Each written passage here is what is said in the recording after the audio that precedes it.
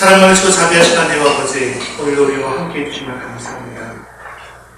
죄로 인해 죽을 수밖에 없는 저희들을 예수님의 십자가의 은혜로 보내주시고 하나님의 자녀 삼아주셔서 우리 예배하게 하심을 감사합니다. 오늘도 주님만을 온전히 바라보며 주님의 은혜와 말씀의 능력을 믿는 이 시간 될 수 있도록 도와주옵소서. 감사를 예수님 이름으로 기도드립니다. 아멘. 네, 금주의 바이블 드라마 배우 3교일기는 81회에서 84회입니다. 그 생명의 말씀 한 목소리로 같이 읽겠습니다.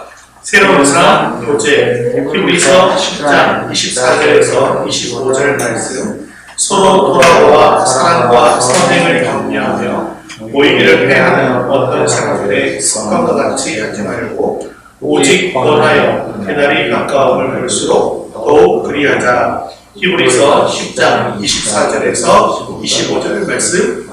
아멘. 이제 우리의 시선을 하나님께로 올려드리겠습니다. 사도신경으로 신앙 고백하시겠습니다.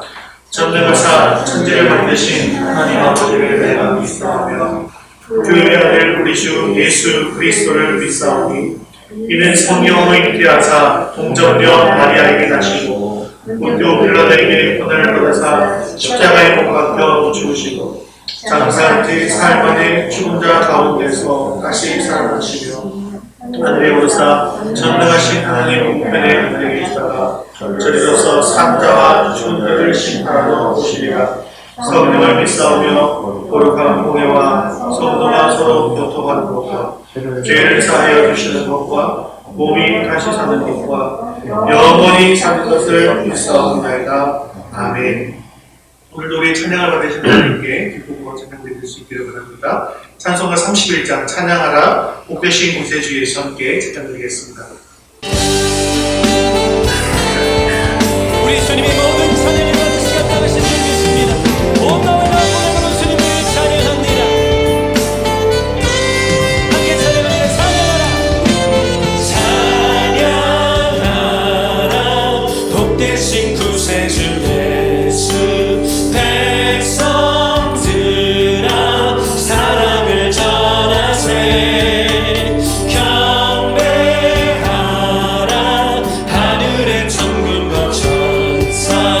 주님 앞에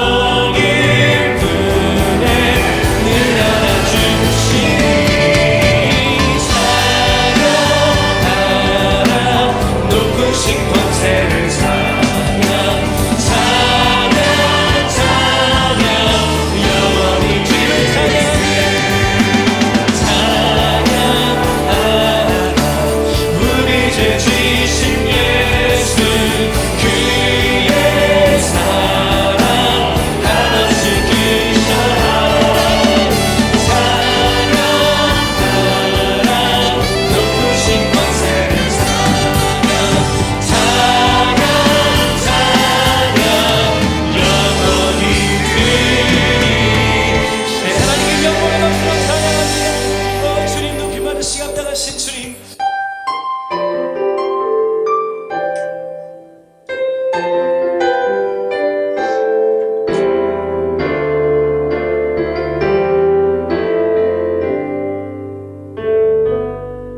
주님 말씀하시면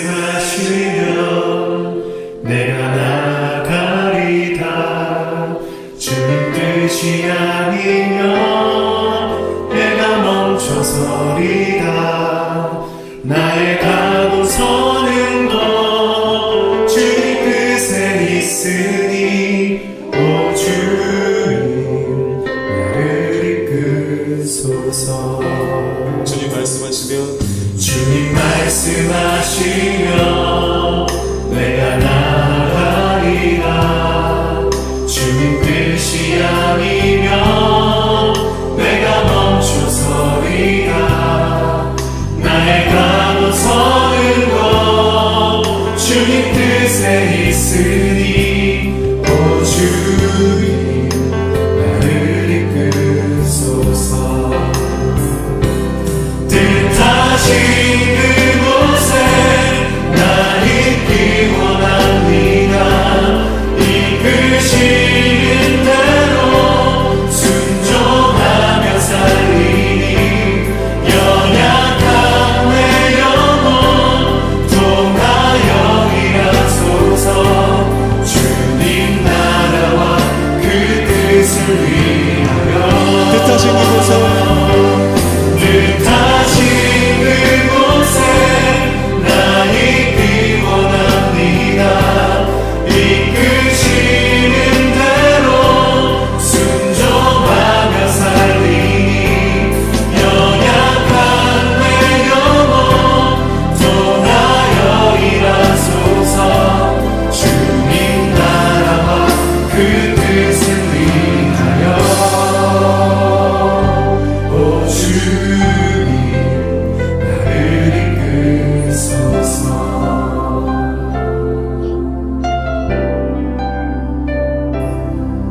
주님 말씀하시면 내가 나가리라. 주님 뜻이 아니면 내가 멈춰서리라. 나의 가고 서는 것 주님 뜻에 있으니 오 주님 나를 이끄소서. 뜻하신 그곳에 나 있기 원합니다. 이끄시는 대로 순종하며 살리니 연약한 내 영혼 통하여 일하소서. 주님 나라와 그 뜻을 위하여 뜻하신 그곳에 뜻하신 그곳에 나 있기 원합니다. 이끄시는 대로 순종하며 살리니 연약한 내 영혼 통하여 일하소서. 주님 나라와 그 뜻을 위하여 오 주님 나를 이끄소서. 오 주님 나를 이끄소서. 지금 예배를 위해서 기도하겠습니다. 오늘 예배 가운데 충만하게 임하여 주셔서 우리 예배를 경험해 주시옵소서. 오늘도 주님의 음성을 듣기를 원합니다. 말씀을 통하여서 주님의 뜻을 이뤄갈 결단과 헌신의 시간이 될 수 있도록 해달라고 우리 한 목소리로 같이 기도하신 후에 안석훈 목사님 예배로 인도하시겠습니다. 이끄시는 대로 순종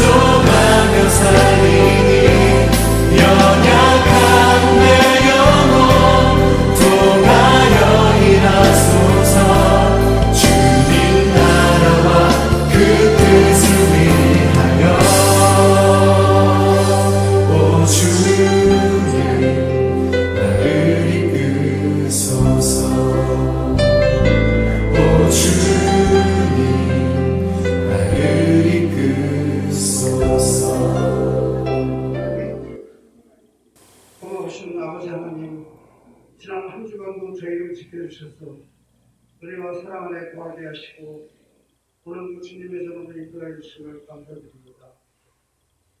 아버지 하나님, 지난 한 주간 동안 주님의 사랑 안에 살면서도 사랑하지 못했고 말씀 안에서 바르게 살지 못했음을 이 시간 고백하오니 십자가의 사랑으로 용서하여 주시옵소서. 이 시간도 많은 어려움 속에 고통받고 있는 형제들이 있음을 기억하게 하시고 알게 모르게 우리의 말과 행동으로 상처받고 아픔당한 형제들이 있음도 기억하게 하셔서 이제 그들을 위해 기도하게 하시며 주님의 공동체 안에서 서로 모든 위로하고 사랑하게 하여 주시옵소서.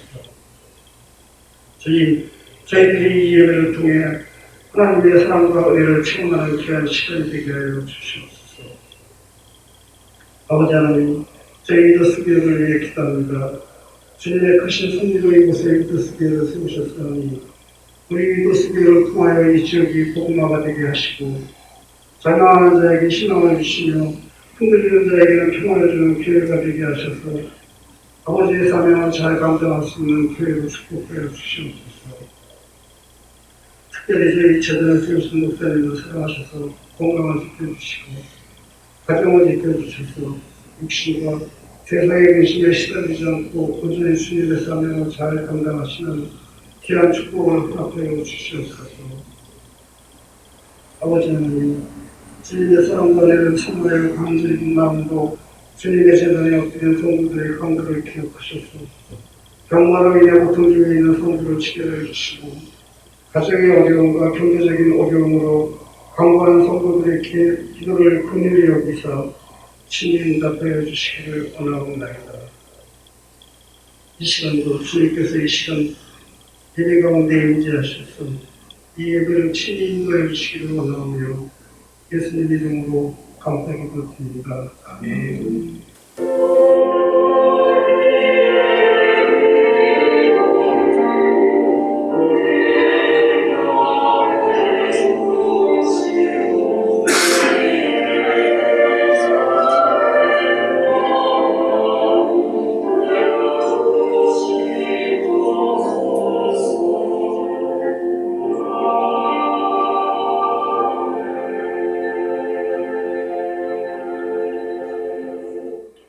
오늘 주신 하나님 말씀은 마태복음 5장 38절에서 42절까지 말씀입니다. 마태복음 5장 38절에서 42절까지 말씀 신약 문면에 있습니다. 우리 한 목소리로 천천히 함께 읽겠습니다. 또 눈은 눈으로 이는 이로 갚으라 하였다는 것을 너희가 들었으나 나는 너희에게 이르노니 악한 자를 대적하지 말라. 누구든지 내 오른편 뺨을 치거든 왼편도 돌려내며 또 너를 고발하여 속옷을 가지고자 하는 자에게 겉옷까지도 가지게 하며 또 누구든지 너로 억지로 오리를 가게 하거든 그 사람과 심리를 동행하고 내게 구하는 자에게 주며 내게 오고자 하는 자에게 거절하지 말라. 아멘. 오늘 말씀도 계속해서 율법의 최종 권위자로서 바리새인과 서기관들이 율법을 잘못 해석하고 적용해서 가르치는 것을 바로잡으시는 6가지 주제 중에 5번째인 보복의 복수에 대한 교훈의 말씀입니다. 예수님은 산상수훈을 통해서 하나님 나라의 백성이라면 이런 삶을 살아야 한다라고 말씀하고 계시지만요, 오늘 말씀은 어디인가 모르게 우리 마음이 조금 불편하기도 합니다. 왜냐하면 이것이 인간의 본성이기 때문이죠. 예수님의 말씀처럼 사는 것이 과연 이게 가능한 것인가? 오히려 바리새인들과 같이 사는 것이 정상적이 아닌가라는 그런 생각이 들더라는 것입니다. 왜 그럴까요? 사람들은 보통 자기가 피해를 받게 되었을 때 그것이 정당하든지 아니면 정당하지 않든지 간에 자기가 보복하는 것을 당연하게 생각하고 또 그런 충동이 우리 속에 일어나기 때문입니다. 또한 그 보통의 사람들은 누구나 사회 제도 안에서 자기의 특권과 권리를 누리기를 원하는 것이죠. 그런데 모든 사람들이 자신의 특권과 권리를 다 누리겠다, 그게 너무나 당연한 것 아닌가? 라고 주장하면서 용서도 없고 배려가 없게 되어진다면 오히려 사회는 무자비하고 살벌한 사회가 되지 않을까 생각되었습니다. 여러분, 복수는 인간의 죄악된 본능입니다. 하지만 복수하며 사는 사회는 무섭고 잔인한 사회가 되고 마는 것이죠. 제가 어릴 때는 유행했던 영화, 우리나라는 영화 산업이 그렇게 많이 발달을 했고, 그 당시에는 홍콩 영화가 많이 발달했잖아요. 그래서 홍콩 영화를 보면 대부분의 플롯이 이렇습니다. 어떤 플롯이냐 하면요, 악당에게 부모님이 잔인하게 살인을 당합니다. 그런데 구살생으로 아이가 살아남아요.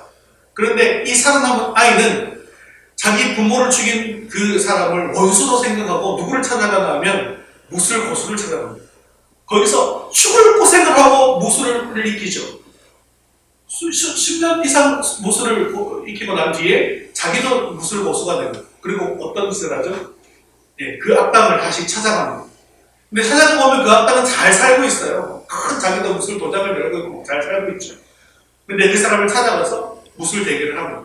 그리고는 또 잔인하게 그 원수를 죽이고 부모님이 원수를 갚습니다.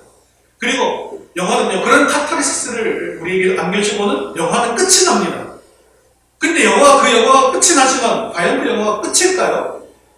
그 원수에게는 자식이 없었을까요? 그 원수에게도 자식이 있었겠죠. 그 자식의 눈에는 그 아이가 어떻게 보이겠습니까? 다 자란 아이가 자기 부모를 잔인하게 죽인 또한 원수가 되고 마는 것이죠. 그래서 복수를 낳는다라고 말을 하는 것입니다. 이렇게 복수가 나의 특권과 나의 권리다, 너무나 당연한 것이다 라고 하게 된다면 사회는 복수의 악순환이 계속해서 되고 말게 된다는 것이죠. 여러분 어떻습니까? 우리는 하나님의 자녀이고, 저도 목사이고, 여러분은 집사이고, 성도잖아요. 그렇지만 도무지 용납할 수 없는 그런 억울한 일을 당하게 되었습니다면 가슴에 증오의 불길이 팔팔 타오르지 않겠습니까? 그리고 여러분들은 그런 증오의 불길이 타오르지 않을 자신이 있으십니까? 그런 불꽃이 타오르게 되면 아마 복수하고 싶은 그런 마음이 생길 것입니다. 우리 죄악된 인간의 본성으로는 내가 한 대 맞았으면 어떻게 해야 돼요? 어떻게 되돌려줘야 됩니까? 너는 누구나 세 대 맞아야 된다 라는 생각을 가지는 것이 보통이라는 거예요. 예수님 당시 바리새인과 서기관들은 이러한 인간의 본성을 너무나도 잘 알고 있었습니다. 그래서 자기들의 필요에 따라서 말씀을 교묘하게 이용하는 거예요. 그래서 하나님의 율법 속에 인간의 죄악성을 숨겨놓았습니다. 그것을 너무나도 잘 알고 계신 예수님께서 오늘은 복수에 대한 말씀을 우리에게 주시는 것입니다. 사랑하는 성도 여러분, 우리가 산상수훈을 듣고 있는데요. 이 산상수훈은 하나님의 백성으로서 어떻게 살아가야 되는가에 대한 말씀을 우리에게 주시는 것이죠. 그리고 세상에 나가서 어떤 역할을 해야 된다? 소금과 빛의 역할을 감당해야 됩니다. 그래서 세상을 썩지 않고 세상을 밝게 변화시켜야 한다라는 것을 말씀하고 있는 것이죠. 그렇기 때문에 이 산상수훈을 듣는 우리들은요, 예수 그리스도 안에서 반드시 달라져야 합니다. 우리의 생각이 달라져야 되고, 우리의 태도가 달라져야 되고, 우리의 행동이 달라져야 된다는 것이죠. 우리 주님께서 이 말씀을 우리에게 주시면서 그렇게 우리가 변화되기를 원하시고 계시더라는 것입니다. 세상 사람들과 똑같은 수준의 삶을 사는 것이 아니라 높은 수준의 영적인 삶을 살기를 원하신다는 것이죠. 그래서 바리새인과 서기관들보다 더 나은 의를 가지고 살아라라고 말씀하신 것이죠. 그래야 하나님 나라를 기업으로 받을 수 있다라고 분명하게 말씀하셨습니다. 오늘 말씀을 통해서 우리는 세상 법대로가 아니라 하나님 나라의 법을 따름으로 말미암아서 이 땅에서 천국을 이뤄갈 수 있게 되어지기를 주님의 이름으로 축원합니다. 우리 첫 번째 같이 한번 읽겠습니다. 보상법에 대한 율법의 의미, 마태복음 5장 38절 말씀 같이 읽겠습니다. 또 눈은 눈으로 이는 이로 갚으라 하였다는 것을 너희가 들었으나. 아멘. 자, 공동체 안에 살다 보면 다툴 수도 있습니다. 또 서로 상대방에게 피해를 줄 수도 있고, 또 반대로 내가 피해를 받을 수도 있는 것이죠. 그와 같은 상황에서 어떤 기준도 만일에 없다고 생각되어진다면 사회는 굉장한 혼란에 빠지게 될 것입니다. 그래서 율법에서 이걸 법으로 정확하게 정해 놓았습니다. 어떤 법이냐면 눈은 눈으로, 이는 이로 갚으라는 법인데 이 법은 대체법입니다. 대체법은 거기에 상응하는 것으로 대체하여서 보상하는 것으로 문제를 해결하는 방식이죠. 이건 고대에만 있었던 것이 아니라 지금도 유용한 그런 법이라고 할 수가 있습니다. 그런데 하나님께서 이 대체법을 주신 데에는요, 단순하게 그 피해를 대처하라는 것만 있는 것이 아니라는 것을 우리는 알아야 합니다. 서두에 살핀 것처럼 인간의 본성은 악하다 보니까 그냥 보복을 할 수 있도록 허락하시게 되었습니다면 어떤 일이 벌어질까요? 나는 한 대 맞았지만 너는 몇 대 맞아야 된다? 2대, 3대 맞아야 된다. 라는 일이 사회 곳곳에서 벌어지게 되지 않겠습니까? 야곱의 딸 디나가 세겜성에 갔다가요, 세겜 성주에게 성폭행을 당하게 되었습니다. 참 억울한 일이 아닐 수 없겠죠. 그러나 하나님의 백성이기 때문에 세상 사람들과는 좀 더 뭔가 다른 그런 대처를 했어야 하는데요. 그렇게 하지는 못했습니다. 디나의 오빠들이 그 소식을 듣고는 마음속에 심히 분개를 하게 됩니다. 그 이후에 이 세겜 성주는 이 디나를 너무나 사랑한 나머지 너무나 아름다운 나머지, 그래서 너무나 사랑하게 되어서 이 디나를 잊지 못해서 정식으로 아버지와 함께 청혼을 하게 되었습니다. 그런데 이 청혼에서 결혼을 허락하게 되는데, 결혼을 허락하는 데에는 한 가지 조건이 필요했습니다. 그것이 뭐냐면 하나님의 자녀가 되어야 된다는 것이고, 하나님의 자녀가 되려고 하니까 뭘 해야 되는 거예요? 할례를 해야 되는 거예요. 그래서 세겜성의 모든 남자들이 할례를 하면 그때 허락하겠다라고 하면, 그래서 세겜 성주는 기쁜 마음으로 돌아와서 자기 성에 있는 모든 사람들에게 할례를 하게 만듭니다. 할례를 하게 되어지니까 어떻게 해요? 너무나 고통스럽잖아요. 일주일 이상 고통 속에 있어야 되거든요. 그 고통 속에 있는 그 사람들을 앞에 두고 이 디나의 오빠들이 가서 무자비하게 그 세겜성의 모든 남자들의 씨를 다 말려버려요. 무자비하게 죽여버렸다는 것이죠. 피해 복수를 하고 말았습니다. 이것이 인간의 본성입니다. 여동생이 성폭행을 당한 것하고 한 성의 모든 남자들의 씨를 말려버린 것, 그것은 보복치고는 너무나도 잔인한 보복 아니겠습니까? 그런데 그 이후의 인류의 역사를 살펴보면 너무나도 많은 피해 보복들이 반복되어지고 있고 지금도 그것은 이루어지고 있는 것을 볼 수가 있습니다. 이런 인간 본연의 잔악성을 억제하고 형평에 맞는 그런 법으로 잘못된 사람에게 형벌을 가할 수 있도록 하나님께서 율법을 주신 것이 바로 눈은 눈으로, 이는 이로라는 그런 법입니다. 그래서 눈은 눈으로, 이는 이로 갚으라라는 그 말씀이 구약에서는 율법으로 3번 언급되고 있는데요. 이 율법의 참된 의미와 정신이 무엇인지에 대해서 그 중에서 출애굽기의 말씀을 한번 살펴보도록 하겠습니다. 출애굽 21장 22절에서 25절까지 같이 읽겠습니다. 사람이 서로 싸우다가 임신한 여인을 쳐서 낙태하게 하였으나 다른 해가 없으면 그 남편의 청구대로 반드시 벌금을 내게 재판장에게 판결을 따라 낼 것입니다. 그러나 다른 해가 있으면 갚되 생명은 생명으로, 눈은 눈으로, 이는 이로, 손은 손으로, 발은 발로, 된 것은 된 것으로, 상하게 한 것은 상함으로, 때린 것은 때림으로 갚을지니라. 자, 이 말씀을 통해서 보면 하나님께서 이런 율법을 우리에게 주신 이유가, 또 그 속뜻이 과연 무엇일까요? 첫 번째는 인권을 보호하기 위해서 주신 것이라는 겁니다. 눈은 눈으로, 이는 이로 갚으라 라는 이 말씀은 누구에게 주신 말씀이냐 하면요, 우리 개개인에게 주신 말씀이 아니라 재판장에게 주신 말씀이라는 것이죠. 그래서 22절 끝부분에 보면 재판장의 판결을 따라 낼 것이니라 라고 말씀했습니다.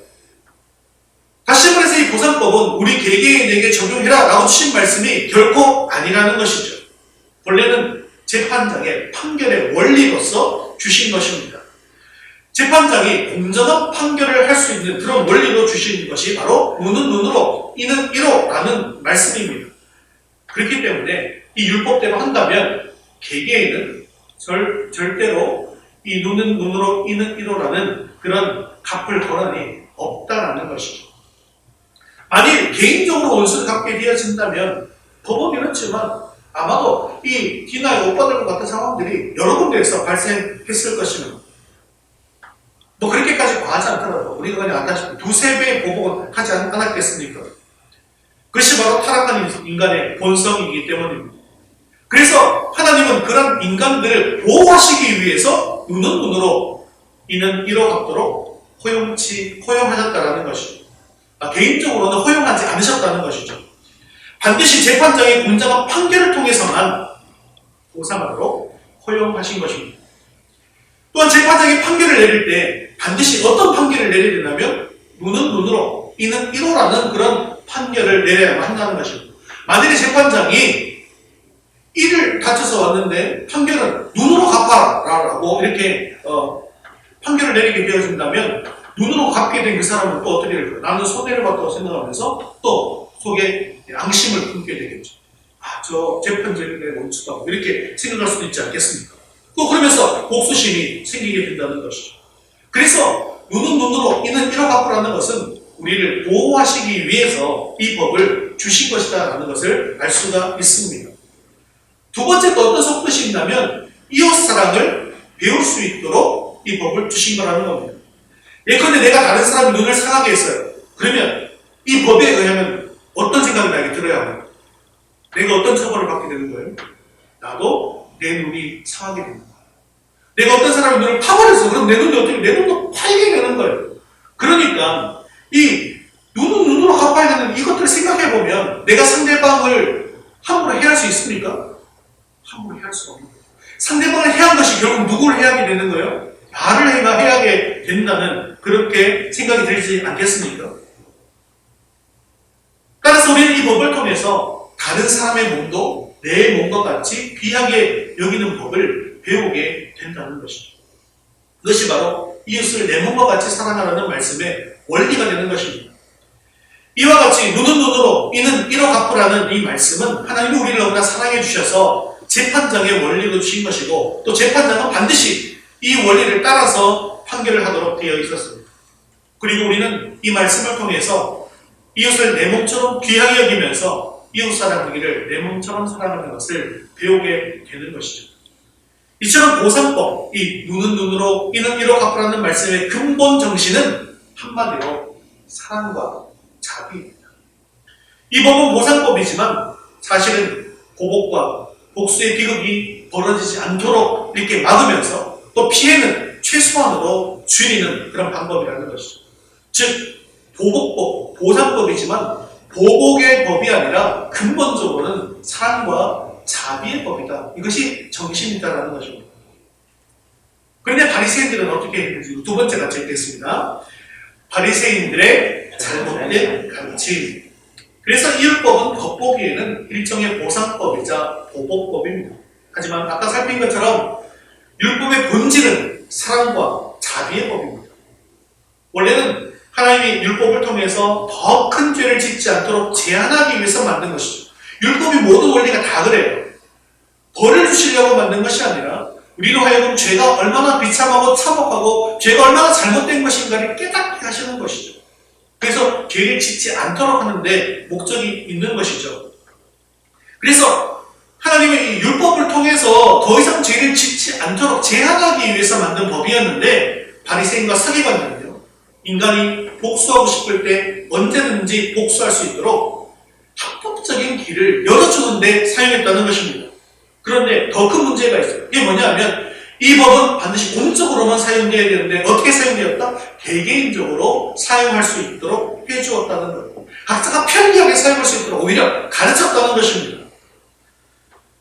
서기관과 바리새인들은 눈은 눈으로 이는 이로 갚으라는 말씀에 근거해서 당시 사람들에게 악한 자를 대적하라라고 가르쳤다는 것입니다. 이것은 명백하게 잘못된 가르침입니다.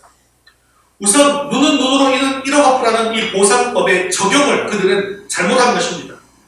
본래 보상법은 재판장의 판결 원리로 주신 것이죠. 그래서 개인은 사사로이 갚을 권한이 없습니다. 반드시 정당한 재판을 통해서만 그렇게 하도록 되어 있습니다. 하지만 그들은 이 법을 개인에게 편리하게 적용시켰습니다.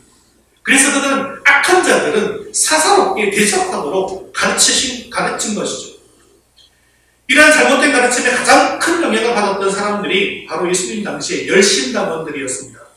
당시 이스라엘은 로마의 지배를 받아서 식민지 생활을 하고 있었죠. 우리가 일본에 대해서 지금도 악감정을 가지고 있듯이 유대인들에게도 그 당시에 굉장한 원통한 그런 마음이 있었습니다. 그러다 보니까 유대인들 가운데에는 로마인들에게 복수를 해야 한다라고 주장하는 사람들이 생기기 시작했습니다. 그들이 바로 열심당원인데요.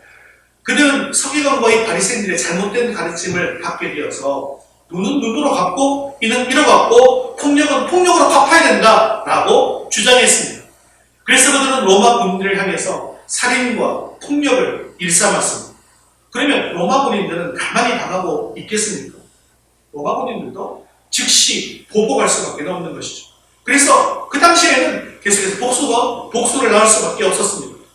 결국 사람들의 마음속에는 증오심이 조장되게 되었고 사회는 혼란 속에 빠지고 말게 되었다는 것입니다. 또 그들은 보상법의 정신도 망각해버리고 말았죠. 우리가 아까 살펴본 것처럼 이 율법의 정신이 무엇입니까? 사실은 사랑과 자비의 정신이 있는 것 아니겠습니까? 하나님이 우리를 사랑하신 것처럼 이웃도 사랑하라고 주신 것이 바로 이 보상법이었다는 것이죠.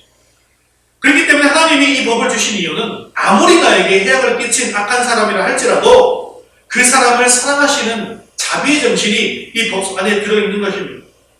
잘못되면 피해를 가한 것보다 더 엄청난 벌을 받든지 고통을 받을 수도 있기 때문에 그 사람을 보호하기 위해서 잘못한 만큼만 벌을 받도록 하신 것입니다. 여기에 자비의 정신이 또한 들어있는 것이죠. 그런데 당시 이 서기관과 바리새인들은 이 율법 안에 있는 자비의 정신, 하나님이 가르쳐주신 이 소중한 교훈들은 다 내동댕이 쳐버렸습니다. 그리고 사람들이 원하는 방향대로만 이 법을 해석한 것입니다. 하나님께서는 이는 이로 갚으라 했고 눈은 눈으로 갚으라고 했다. 그러므로 복수는 각자가 행할 수 있는 당연한 권리이자 의무다라고 가르쳤다는 것이죠. 개개인에게 다 이 법을 적용해서 누구든지 피해를 보면 내가 피해를 본 만큼 안갚음을 할 수 있고 보상도 요구할 수 있다라고 가르쳤습니다. 즉 악한 자를 대적하라라고 가르치면서 개인이 복수하는 것을 정당화했고 그들의 복수심을 조장했습니다.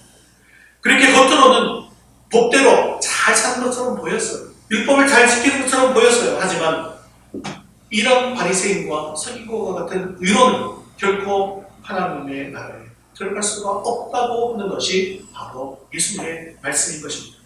그래서 예수님의 바른 가르침이 무엇인가? 세 번째 같이 읽겠습니다. 예수님의 바른 가르침. 자, 그런데요. 율법 어디를 찾아봐도 원수를 미워하라 라는 말씀이 없습니다.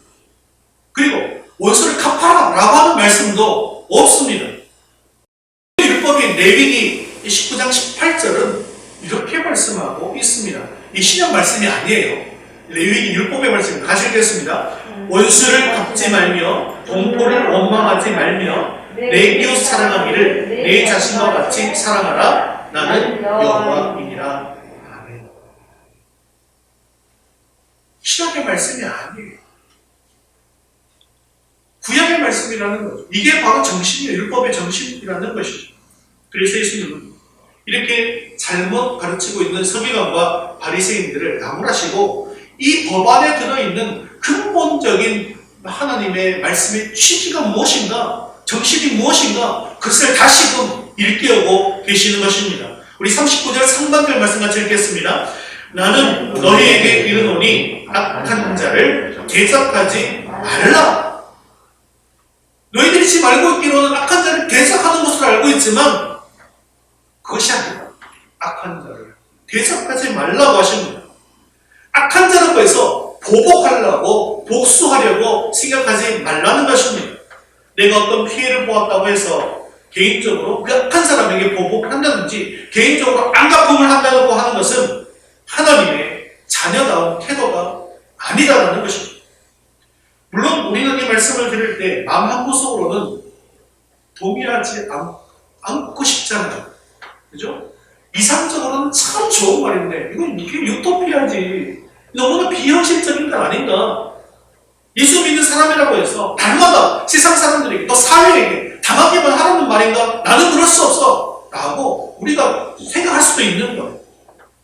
만약 내가 피해를 보았을 때 내가 보상을 요구하거나 상대방에게 어떤 형벌을 가하는 것을 내가 너무나 자연스럽게 받아들이고 당연히 그렇게 그렇게 해야 한다고 생각한다면요. 제가 드리는 이 질문을 다시 한번 여러분들이 되새겨 보셔야 됩니다. 만일에 그렇다면 예수 믿는 사람과 예수 믿지 않는 사람과 무엇이 다른가 하는 것입니다. 저를 포함해서, 여러분들을 포함해서 세상의 모든 사람들은 복수의 심리를 가지고 있습니다. 안갚음하려고 하는 그런 본성을 가지고 있습니다. 내가 조금만 다치면 절대로 참지 못합니다. 이것이 바로 일반적인 사람들의 경향이죠. 그런데 우리가 이것을 너무나 당연하게 인정하게 되어진다면 도대체 믿는 사람과 믿지 않는 사람이 뭐가 다르냐는 거예요. 무엇이 차이입니까? 우리는 예수님의 말씀대로 살게 될 때 세상의 소금과 세상의 빛이 된다는 사실을 기억하셔야 합니다. 악한 자를 대적하지 말라. 누구의 말씀입니까? 예수님의 말씀이에요.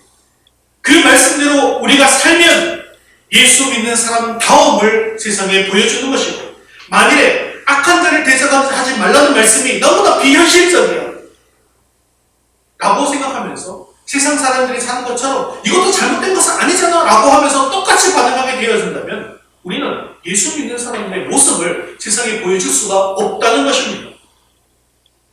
우리는 다시 한번 예수님의 말씀을 통해서 내 마음을 붙드시고 붙잡을 수 있기를 바랍니다. 하나님의 자녀는 세상 사람들과 달라야 합니다. 절대로 같아서는 안 됩니다. 이 사실을 마음에 먼저 품으시고 우리는 예수님의 이 말씀에 귀를 기울일 수 있기를 바랍니다.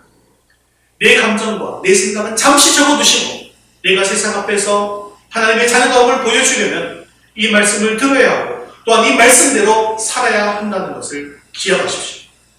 물론 우리 주변에 나에게 악하게 대하는 사람들이 많이 있습니다. 그러나 주님은 우리에게 그 악한 자를 대적하지 말라고 하십니다.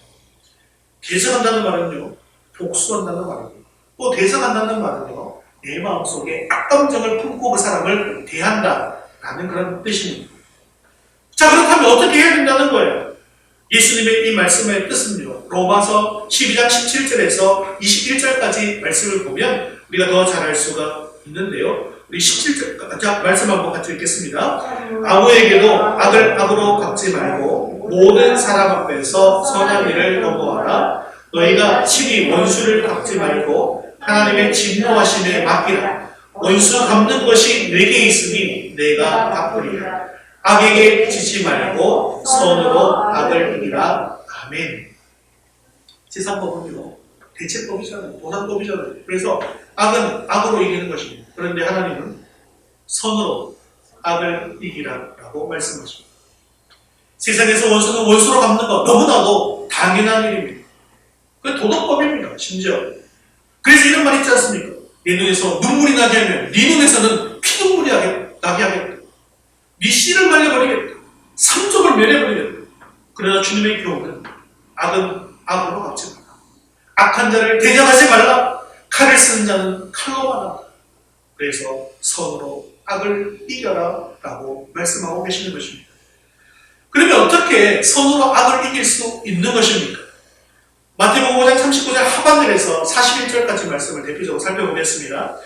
누구든지 내 오른편 뺨을 치거든 왼편도 돌려내며 또 너를 고발하여 속옷을 가지고자 하는 자에게 겉옷까지도 가지게 하며 또 누구든지 너로 억지로 오리를 가게 하거든 그 사람과 십리를 동행하고. 아멘.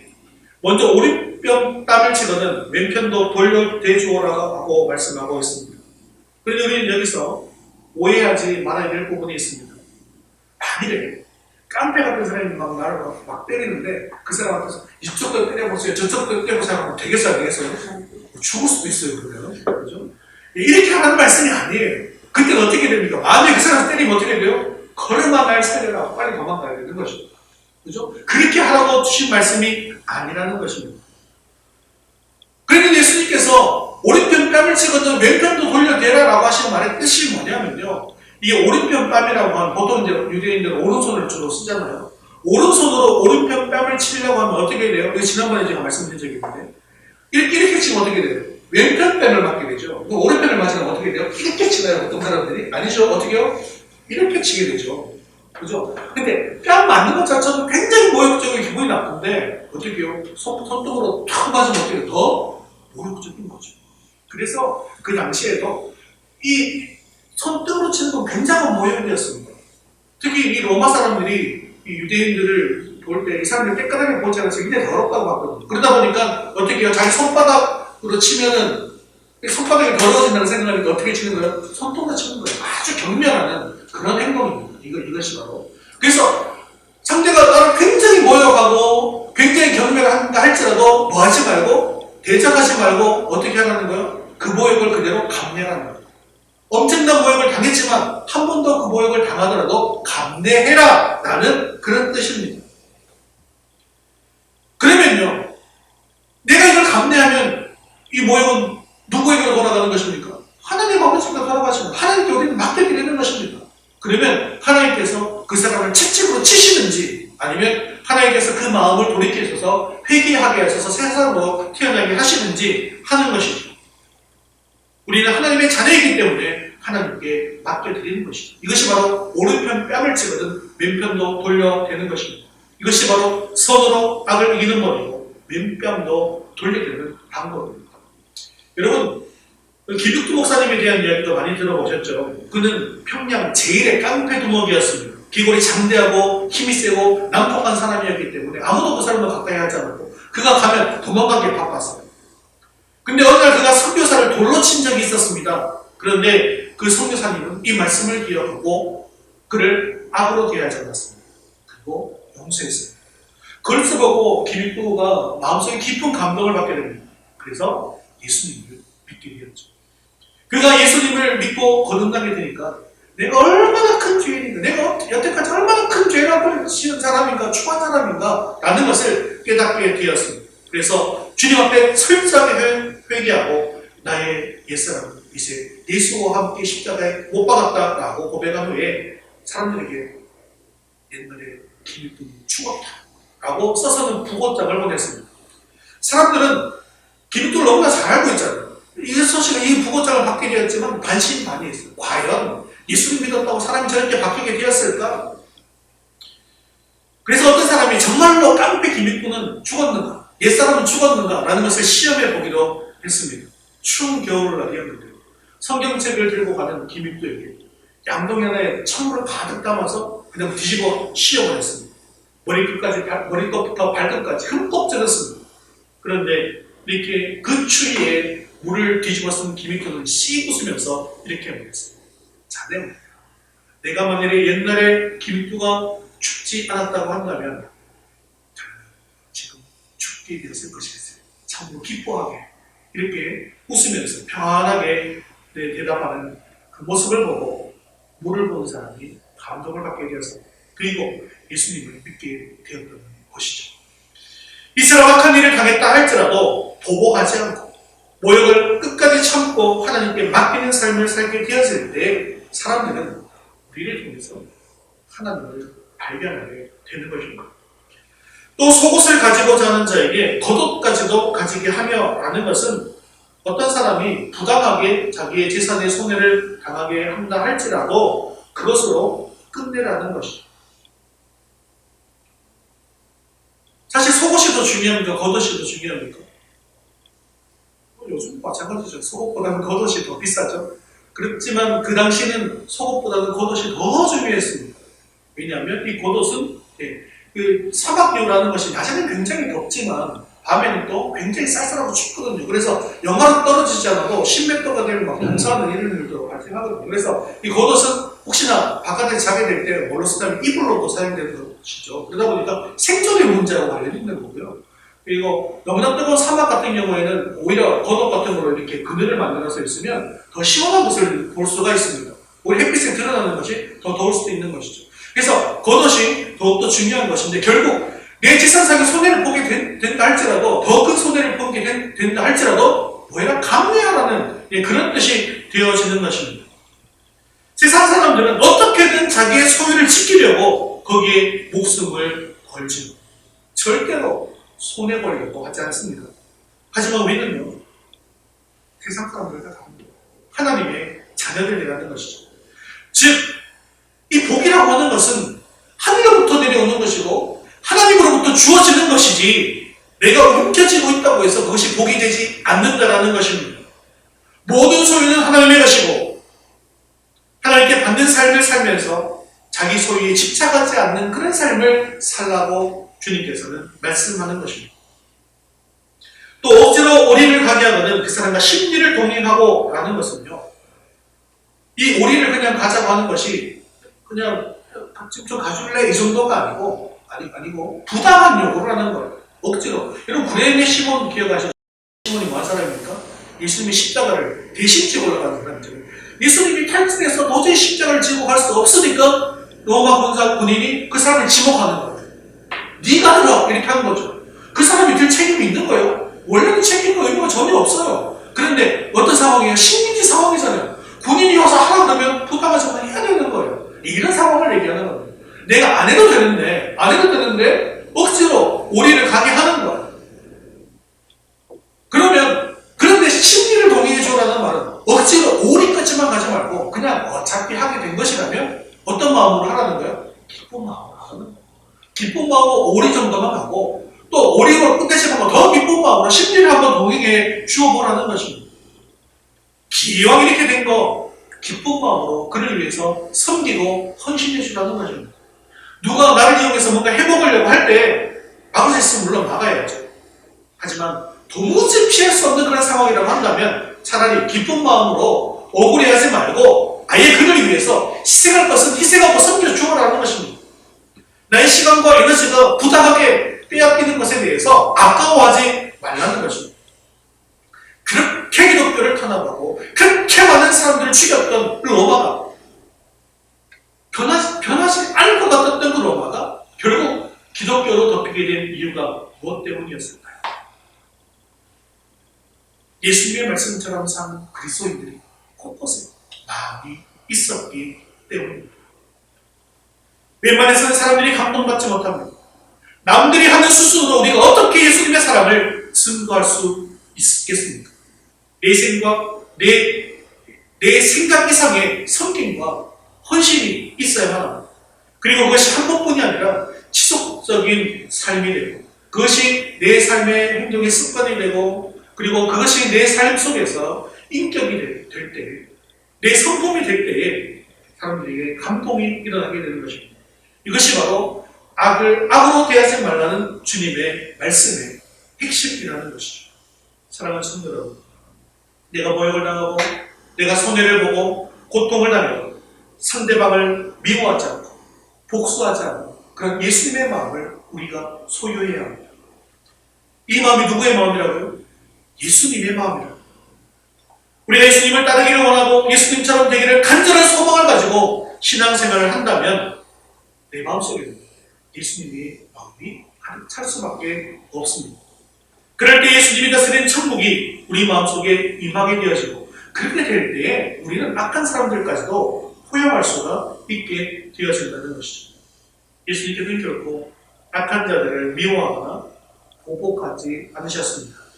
예수님께서는 그 악한 멸시와 모욕과 천대와 침뱉음을 당하셨습니다. 그리고 결국 벌거벗은 채 십자가에 못 박혀 죽으셨습니다. 죄가 없음에도 그와 같은 모욕과 고통을 당하셨지만 결코 악한 자들을 저주하거나 증오하시지 않았습니다. 오히려 십자가에서 죽어가시면서 아버지여 저들의 죄를 용서해 주옵소서. 저들은 자기가 무슨 죄를 저지르고 있는지도 모릅니다. 아버지 용서해 주옵소서.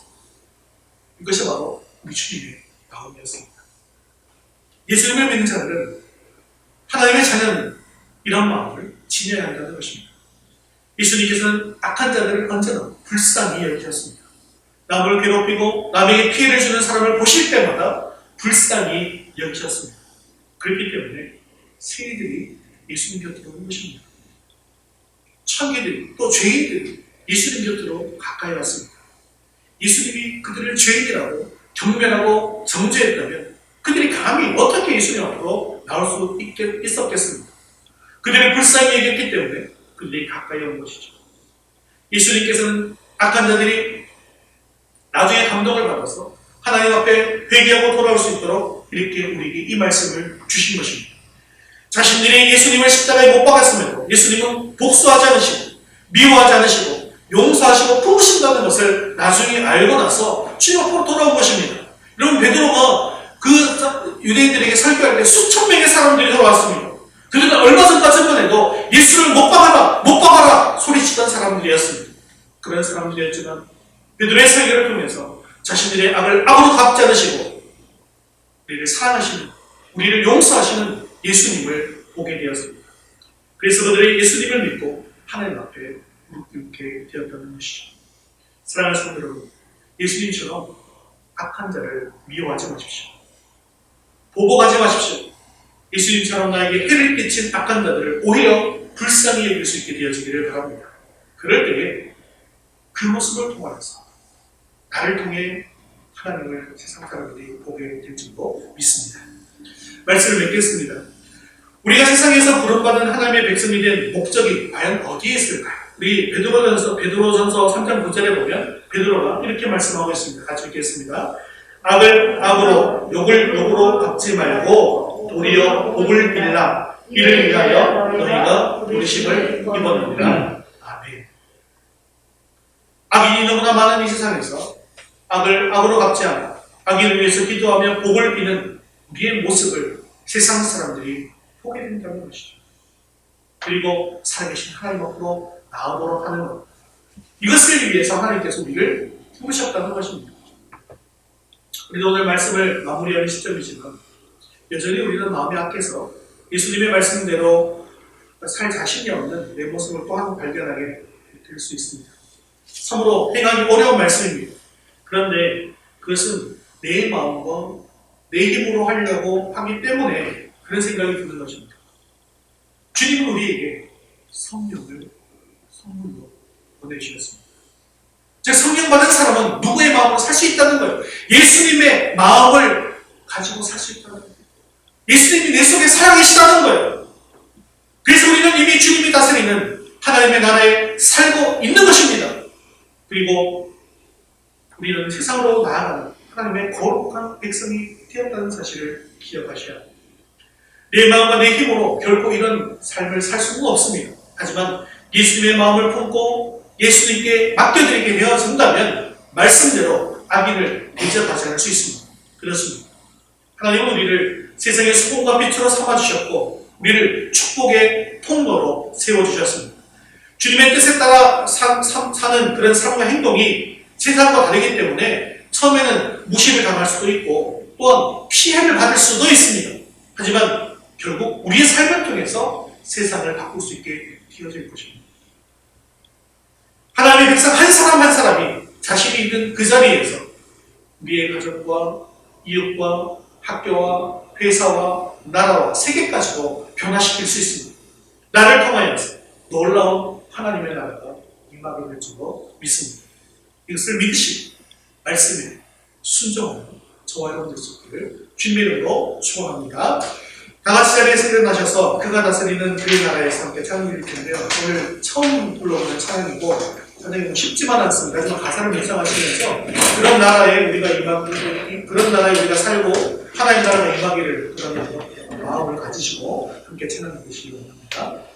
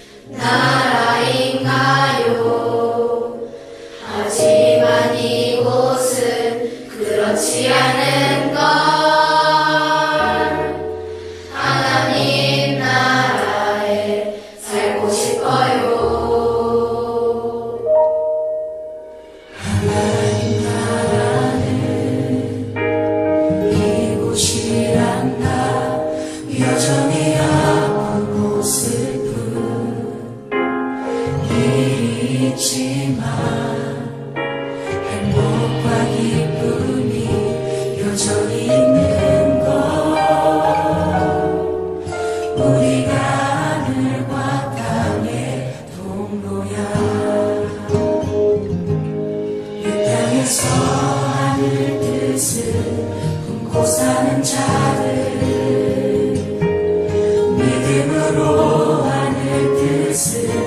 보여주는 자들 보내어진 자리에서 동참하는 자들 믿음으로 주님 보길 소망하는 자들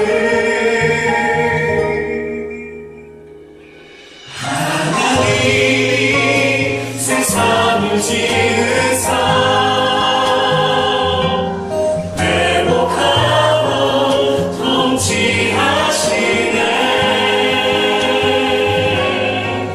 주님이 이곳에 나타나시는 날 세상과 우리는 완전하게 변할 여기서 하늘 뜻을 사는 자들 믿음으로 하늘 뜻을 보여주는 자들 보내어진 자리에서 동참하는 자들 믿음으로 주님 보길 소망하는 자들 아름다운 세상을 만들어 너희에게 전해줄 거야 그것이 우리가 해야 할 사명인걸 그가 다스리는 그의 나라에서 하나님이 세상을 지으사 회복하고 통치하시네 주님이 이곳에 나타나오시는 날 세상과 우리는 완전하게 변할 거야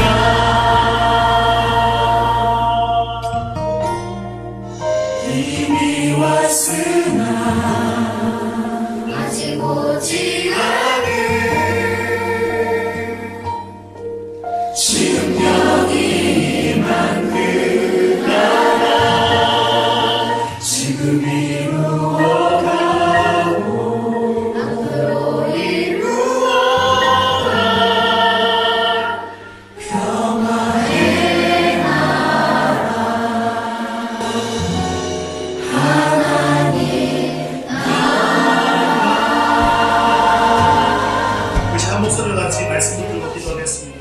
나에게 악하게 대하는 자에게 악한 마음을 품고 악하게 보복한 것을 용서해 주옵소서. 보상받고 복수하는 정당한 권리가 주어졌다 할지라도 하나님 나라 백성으로 하나님의 사랑과 자비의 정신을 먼저 떠올리게 하여 주옵소서. 예수님처럼 악한 자를 불쌍히 여기는 마음을 가지고 선으로 악을 이기며 오히려 그를 위해서 복을 비는 하나님의 자녀가 되게 하시고 이를 통해서 하나님을 바라볼 수 있도록 인도하여 주옵소서. 우리 한 목소리를 같이 기도하겠습니다.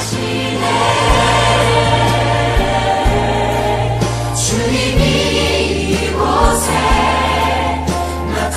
나타나오시는 날 세상과 우리는 완전하게 변할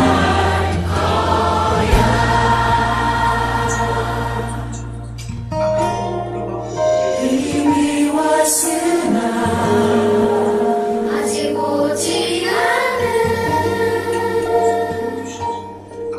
지금 여기 임한 그 나라 지금 이루어가고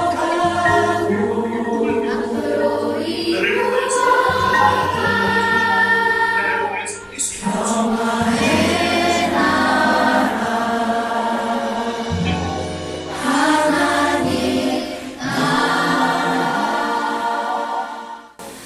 사랑이 많으시고 사비로우신 하나님 아버지, 오늘 귀한 하나님의 말씀을 대주시면 감사합니다. 하나님께서 나의 추악한 죄를 사해 주시고 하나님의 자녀로 삼아 주셨음에도 불구하고 나는 다른 사람을 용서하지 못하고 보복하며 악하게 대했던 모든 것들을 용서해 주시옵소서.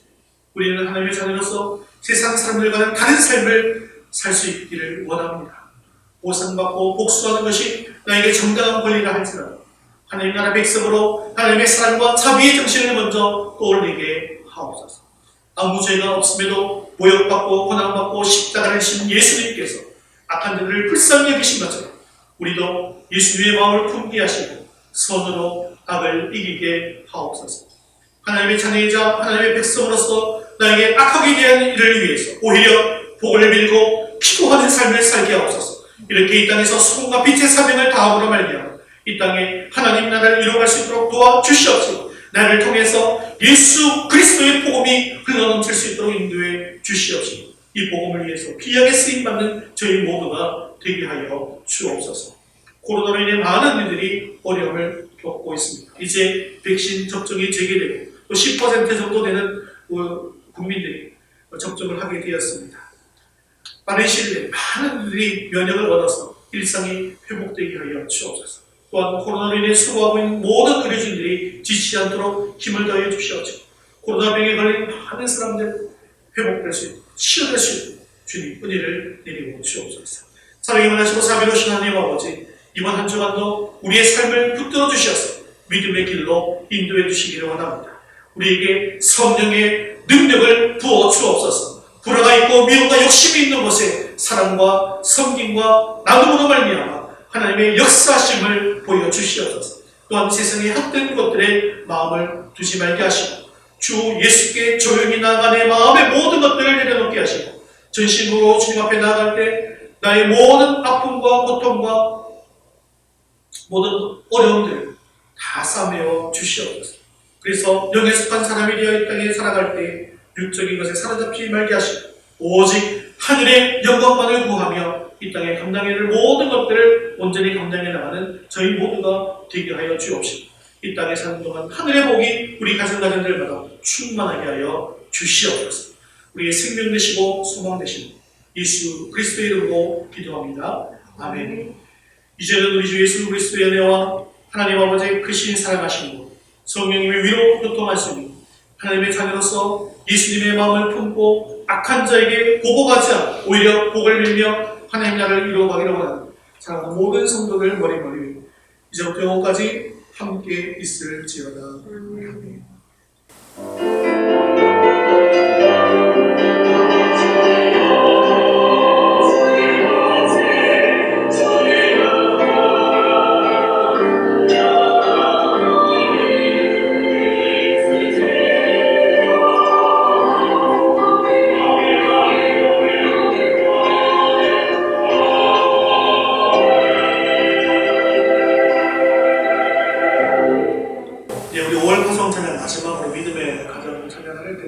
우리의 가정이 또 내가 이런 마음을 품고 살아가기를 원합니다.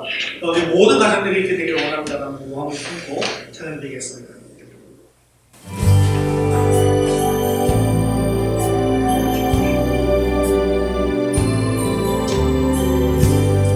우리를 죽기까지 사랑한 그 사랑으로 당신을 사랑하리.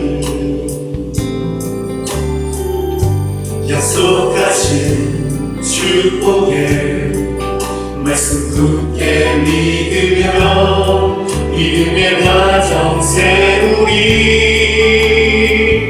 우리 함께 섬기며 믿음의 가정 세우리.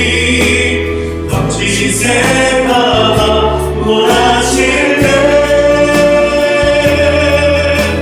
세상 사람들 모두 알게 되리. 믿음 위에서 우리 가정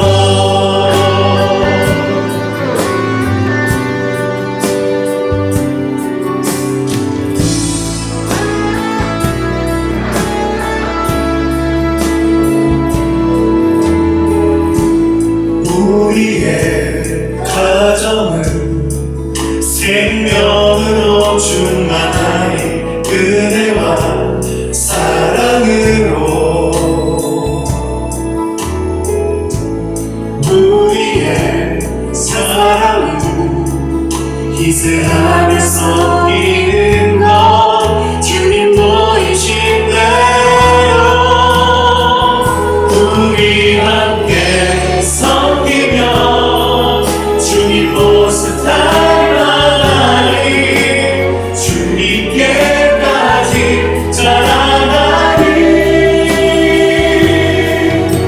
생명의 빛을 세상에 전하리